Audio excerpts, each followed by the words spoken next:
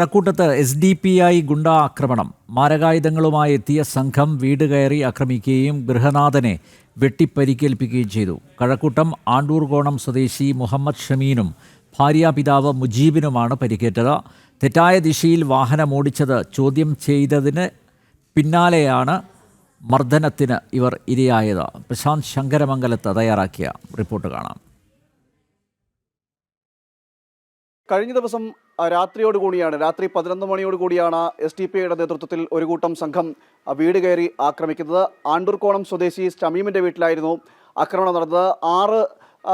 ആറോളം സംഘങ്ങളാണ് ബൈക്കിൽ വീട്ടിലെത്തുകയും പ്രകോപനപരമായ രീതിയിൽ പെരുമാറുകയും മാരകായുധങ്ങൾ ഉപയോഗിച്ച് തലയ്ക്കും അതോടൊപ്പം തന്നെ കൈക്കും ഗുരുതരമായ രീതിയിൽ വെട്ടിപ്പരിക്കേൽപ്പിക്കുകയും ചെയ്തു എന്നാണ് പരാതി.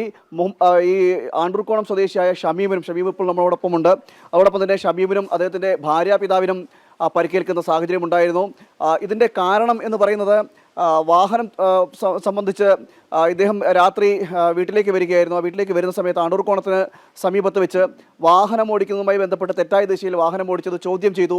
ആ ചോദ്യം ചെയ്തു എന്നതൊറ്റ കാരണം കൊണ്ടാണ് ഇത്തരത്തിൽ വീട് കയറി ആക്രമിക്കുന്ന നിലയിലേക്ക് പ്രകോപനപരമായിട്ട് SDPI പ്രവർത്തകരുടെ നേതൃത്വത്തിൽ ഈ പ്രകോപനപരമായി വീട് കയറി ആക്രമിക്കുന്ന നിലയിലേക്ക് എത്തിയത്.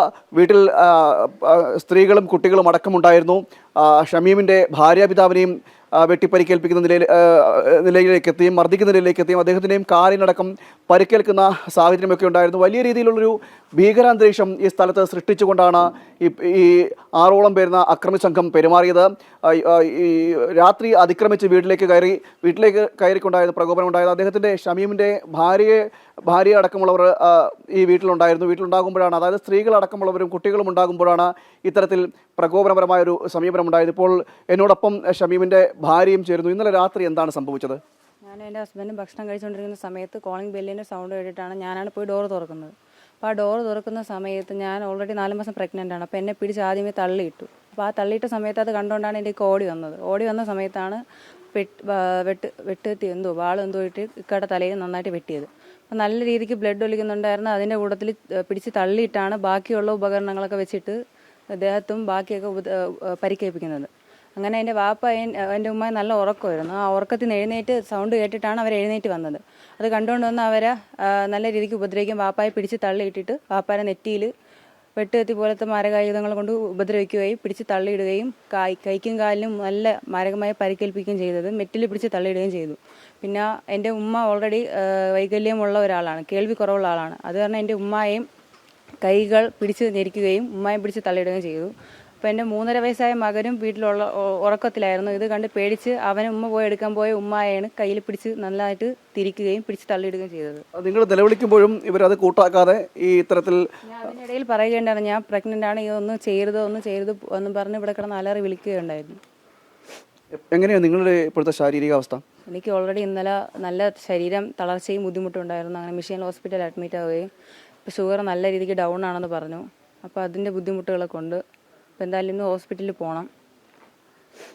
ഭർത്താവിനെ ഉപദ്രവിക്കുന്നത് കണ്ടപ്പോഴേക്കും നിങ്ങൾ പ്രതികരിച്ചപ്പോൾ നിങ്ങളെയും ഉപദ്രവിക്കുന്ന നിലയിലേക്ക് അവരെത്തി. അതെ. ഇപ്പോൾ 3 മാസം ഗർഭിണി അല്ലേ? 4 മാസം പ്രഗ്നൻ്റ് ആണ്. 4 മാസം ഗർഭിണിയാണ് ഇപ്പോൾ നമ്മളോടൊപ്പം സംസാരിച്ച ഷമീമിൻ്റെ ഭാര്യ. അതോടൊപ്പം തന്നെ ഷമീമിൻ്റെ ഭാര്യയുടെ പിതാവ് ഈ വീട്ടിലുണ്ടായിരുന്നു, മാതാവുണ്ടായിരുന്നു, മാതാവുണ്ടായിരുന്നു, കുട്ടിയുണ്ട്. ഇവരൊക്കെ നോക്കി നിൽക്കുമ്പോഴാണ് ഇത്തരത്തിൽ ഒരു ആക്രമണം അഴിച്ചുവിടുന്ന സാഹചര്യം ഉണ്ടാകുന്നത്. ഇതിന് കാരണം അത്ര വലിയ എടുത്തു പറയേണ്ട കാരണങ്ങളൊന്നുമല്ല. വഴിയിലുണ്ടാകുന്ന ഒരു ചെറിയ തർക്കം. ആ തർക്കമാണ് SDPIയെ പ്രകോപിപ്പിക്കുകയും അല്ലെങ്കിൽ SDPI പ്രവർത്തകരെ പ്രകോപിപ്പിക്കുകയും ചെയ്യുന്നത്. നമുക്ക് മനസ്സിലാക്കുന്നത് കഴക്കൂട്ടം കേന്ദ്രീകരിച്ച് പ്രവർത്തിക്കുന്ന SDPIയുടെ സജീവ പ്രവർത്തകരാണെന്നാണ് ഈ വീട്ടിൽ നിന്നും വീട്ടുകാർ പറഞ്ഞതനുസരിച്ച് നമുക്ക് മനസ്സിലാക്കാൻ കഴിയുന്നത്. അവർ ഈ സംഭവം ഒരു വാഹനം ഓടിക്കുന്നു, വാഹനത്തിന് സൈഡ് നൽകണമെന്നോ അല്ലെങ്കിൽ സൈഡ് കൊടുക്കുന്നതുമായി ബന്ധപ്പെട്ട തെറ്റായ ദിശയിലേക്ക് വാഹനം ഓടിക്കുന്നതുമായി ബന്ധപ്പെട്ടൊരു തർക്കമുണ്ടാകുന്നു.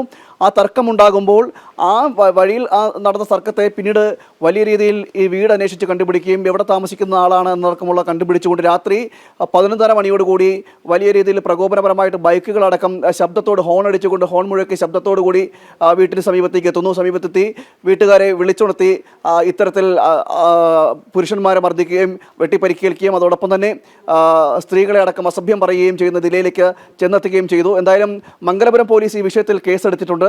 അതോടൊപ്പം തന്നെ ഈ പരിക്കേറ്റ ഷമീമും അദ്ദേഹത്തിൻ്റെ ഭാര്യാപിതാവും ആശുപത്രിയിൽ ചികിത്സ തേടുകയും ചെയ്തു. 7 സ്റ്റിച്ചാണ് ഷമീമിൻ്റെ തലയിലുണ്ടായിരിക്കുന്നത്. അതോടൊപ്പം തന്നെ ഭാര്യാപിതാവിനും ശ്വാസതടസ്സം അടക്കമുള്ള വിഷയങ്ങൾ ഉണ്ടെന്നാണ് നമുക്ക് മനസ്സിലാക്കാൻ കഴിയുന്നത് അദ്ദേഹം പറയുന്നത്. ഇങ്ങനെ ഈ രീതിയിലേക്ക് എത്തുന്ന ഒരു സാഹചര്യം ഉണ്ടായിരുന്നു. വലിയ രീതിയിലൊരു പ്രകോപനപരമായിട്ടുള്ള സമീപനമായിരുന്നു SDPIയുടെ ഭാഗത്തുണ്ടായത്.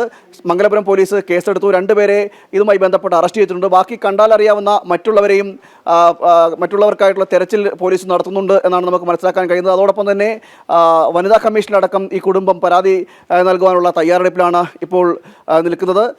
സർക്കാരിൻ്റെ ഭാഗത്തുനിന്നായാലും ശരി, പോലീസിൻ്റെ ഭാഗത്തുനിന്നായാലും ശരി, ഈ കുറ്റക്കാർക്കെതിരെ കർശന നടപടി വേണമെന്നൊരു ആവശ്യവും ഈ കുടുംബം മുന്നോട്ട് വെക്കുകയാണ്.